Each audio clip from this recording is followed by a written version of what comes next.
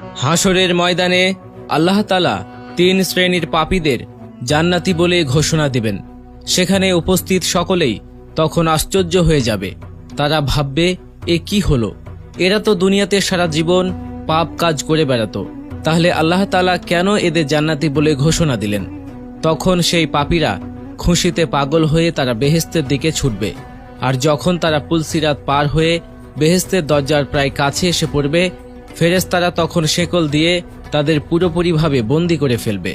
ঠিক তখনই আল্লাহ তাআলা তাদেরকে জানাবে, তোমাদের সাথে মজা করা হয়েছে আর তোমাদের শাস্তিরই এটি একটি অংশ ছিল।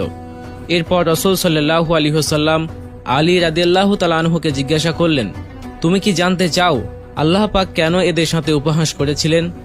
কারণ তারা 3 ধরনের গুনাহ করত। তার মধ্যে প্রথম হলো এরা হারাম জীবিকা অর্জন করত, দ্বিতীয়ত এরা সারা জীবন পাপের সমুদ্রে